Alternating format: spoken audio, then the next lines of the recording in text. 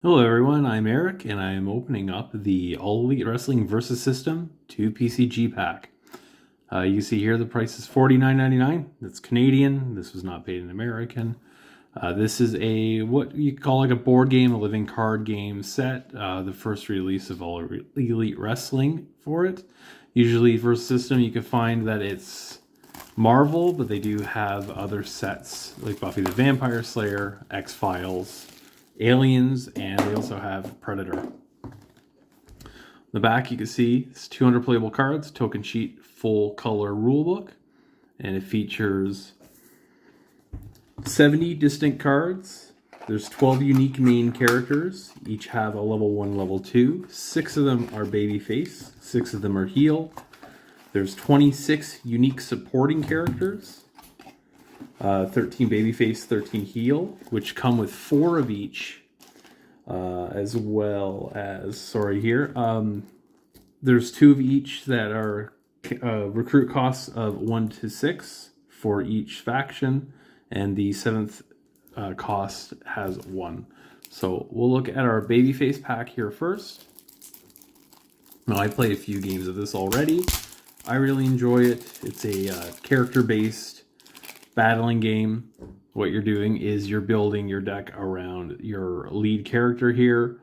They have a first superpower and then a second superpower, or like a leveling up. When they reach that, they get new stats and new superpowers. And in some cases, like Chris Jericho here, he starts with Floyd. When he hits his Judas effect, he goes to level 2 and he gets 2 new abilities.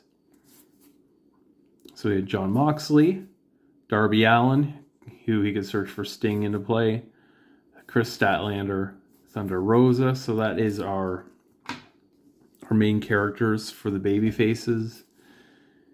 You can see here there's 4 Stings, Hikaru Shida's, although the print's off because they come in 2 and 2.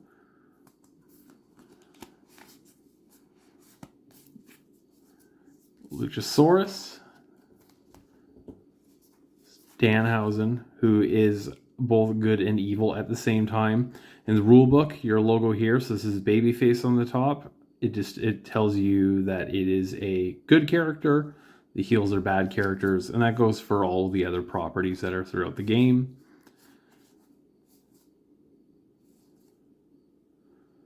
It's Claudio, Eddie Kingston, Jungle Boy with the Eddie Kingstons on the other side. So you see on the top here, these are supporting characters. Your main characters say main underneath their name. A lot of different card effects will reference a character, a supporting character, or a main character. In this case, Eddie gets +3/+3 while in combat with a supporting character, which would make him an 8/8. So he's pretty good for taking out those mid-range supporting characters. And what they added with this set is a tag team. So normally when you would want to power up one of your characters, you can discard a character of the same name. And then when your character's in play, give them a +1/+1 counter. Well, in this case, with the tag team, you can discard a Luchasaurus. You would power up normally, and you would get an extra effect. This being becoming monstrous. There's Sammy.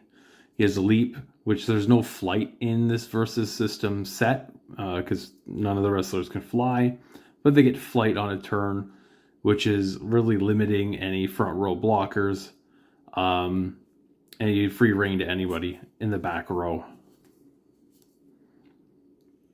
Like Ray Phoenix, he has 1,000 health, so he's not leaving your board. Samoa Joe. Orange Cassidy, you can sneak out by paying a yellow and a red with your locations, which I'll show you towards the back here. And Keith Lee, well, he's tossing someone, so he's giving them flight on your turn. And then your plot twists, unlike the original versus system, these have no cost. It's just a matter of when you can play it.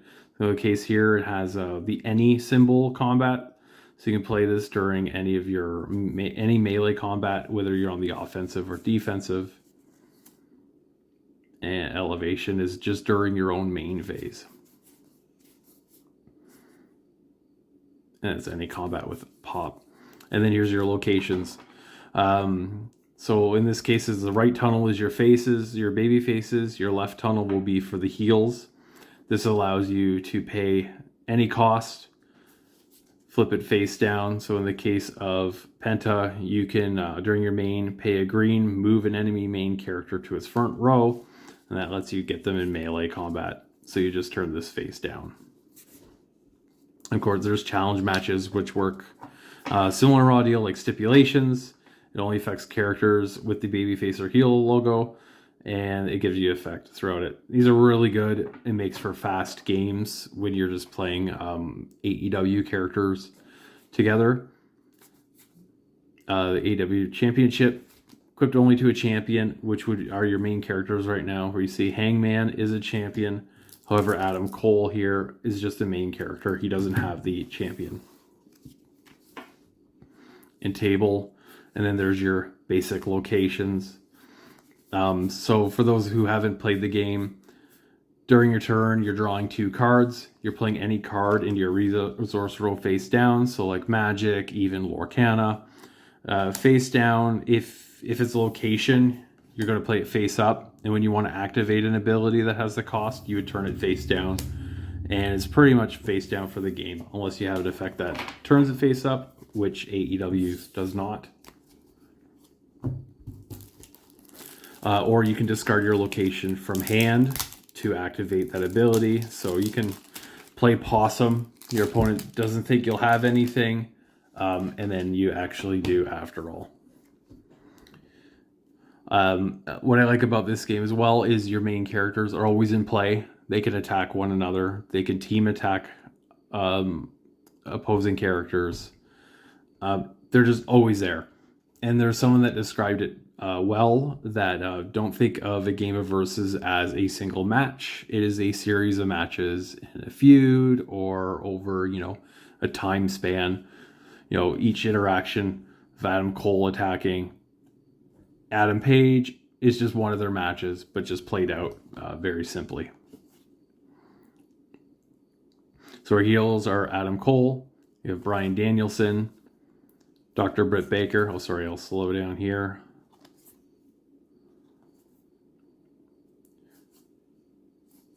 Jade Cargill has a great ability for her level 2 where you pay 6 green and you KO an enemy main character that she stunned this turn. Malachi Black, MJF, and there's their heel main characters. What you can do with this game too is you're not limited to mixing your affiliations together. So in the case of Hook there, he's a heel, but he comes into play when you play a babyface or a heel card. And just like the baby faces, you're getting 4 of every card. In this case, they're packed. No, not all together. Nyla Rose is probably one of the best cards in this. When she appears, which is when she plays during your build phase or recover, where if she has been stunned during combat, she's turned face up during your build phase or recovery step. She gets +4/+0, making her a 4/2 with 2 health.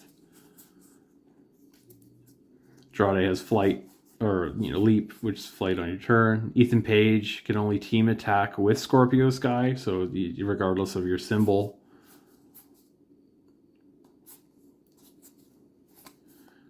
Ricky Starks, Matt Jackson, Nick Jackson, which Super Kick Party is very fun and thematic. You don't have to go into combat. You're just paying a blue. You're going to exhaust, so you're going to tap Nick Jackson and someone else that can also do melee combat, so you don't need another Jackson. And they're just going to strike someone to stun, so it's pretty much just sneaking up at them with a super kick. Scorpio Sky, the tag team, so Scorpio Sky has a different effect than Ethan Page. So you draw a card when you discard a Scorpio Sky to Ethan Page, and then an enemy player discards a random card when you discard an Ethan Page to Scorpio Sky. Lance Archer, Miro. Enemy characters can't strike when he comes into play, so when you go into combat, they're not hitting you back at the same time. Wardlow, and of course Kenny Omega, which is surprising he's not a main character, but I mean that opens it up for future expansions to have the big name characters that are not featured, like a CM Punk. Can't even think of anyone else. CM Punk's the biggest standout for not being in the set. And there's your Heat, Any Combat, Rampage, Any Combat. With plot twists, you can only play them or discard them if you have a card in play with that team affiliation, but you can play it to affect a babyface character in this case. And there's your left tunnel, the heel tunnel. 2 more challenge matches. Chair, which is an equipment, you pay 0 to put it into play. Equipment to a character, but when they're stunned in combat or for otherwise, it's discarded to your discard pile. And the baseball bat and the remaining locations. Also in this, it comes with the tokens that are needed to play, although you could just use dice if you wanted to. 3s and 1s. And a very involved rulebook. I think it's really good. It's full color. Has all your basic rules you need to play the game. And all the expansions of this game come with starting decks that is suggested that you could build. I find that Britt Baker wins every game against Chris Statlander. But after you play some games, it tells you here who you could try next based on how difficult you want to be, easy, medium, or hard. And it has rules clarifications for characters, so you don't have to go online if something's confusing. Some deck building tips and alternate play modes. So this is a wrestling card game that supports 3 and 4 players. You could play a multiplayer, or you can play 2 versus 2, which has here an alternate game modes, and plus has other ones as well where it's like a shared locations that are in play. And on the back, we use this all the time, is just a quick reference turn sequence. Overall, I love it. I purchased 2 copies of this. It fulfills that need for a active wrestling card game based on a major IP. Has all the wrestlers I want to see in it, and I can mix it with any Marvel or any other properties in the Versus system. It's not booster packs. You're getting everything you need in one box, 4 of everything, and you don't really need more than 1 of any single main character. No need for trading. It's great out of the box. You could build 2 decks for $50 Canadian. Get 2 sets. You have 4 decks. You have a board game for $100 Canadian that you could, bring over to your friends, play it. Highly recommend people to check this out. And thank you for watching the video.